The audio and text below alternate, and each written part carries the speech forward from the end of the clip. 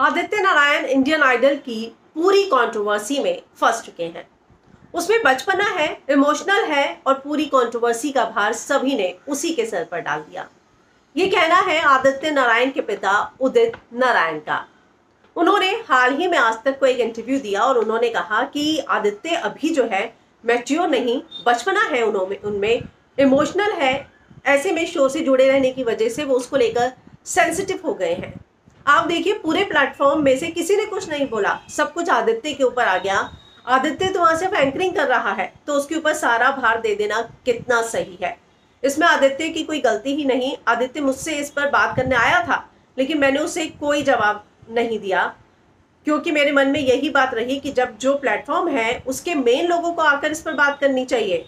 Anchor को क्यों सामने रख दिया? इसमें सबको आदित्य का साथ देना चाहिए। मैं इसलिए अभी उससे नहीं कह रहा कि पहले से ही लोग उस पर टूट पड़े हैं। हालांकि जब विवाद खत्म होता है तो मैं उससे कहूंगा कि सब लोगों ने अपना बचाव कर लिया, लेकिन तुम क्यों फंस गए?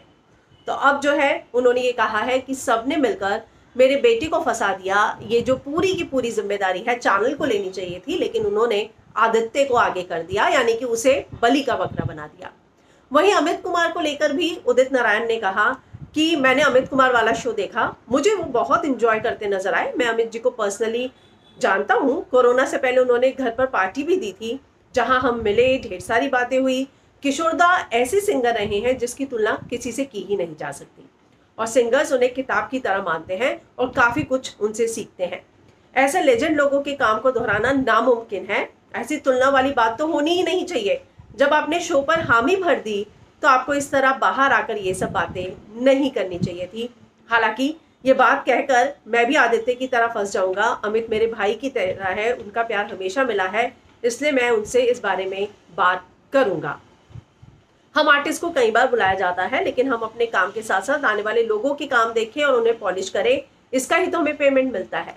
तो ये जो है उन्होंने कहा है, उनका ये कहना है कि मैं अमित से बात करूंगा पर्सनली, लेकिन जहां तक बात है मेरे बेटे की, उसको जानबूझकर फंसाया गया है।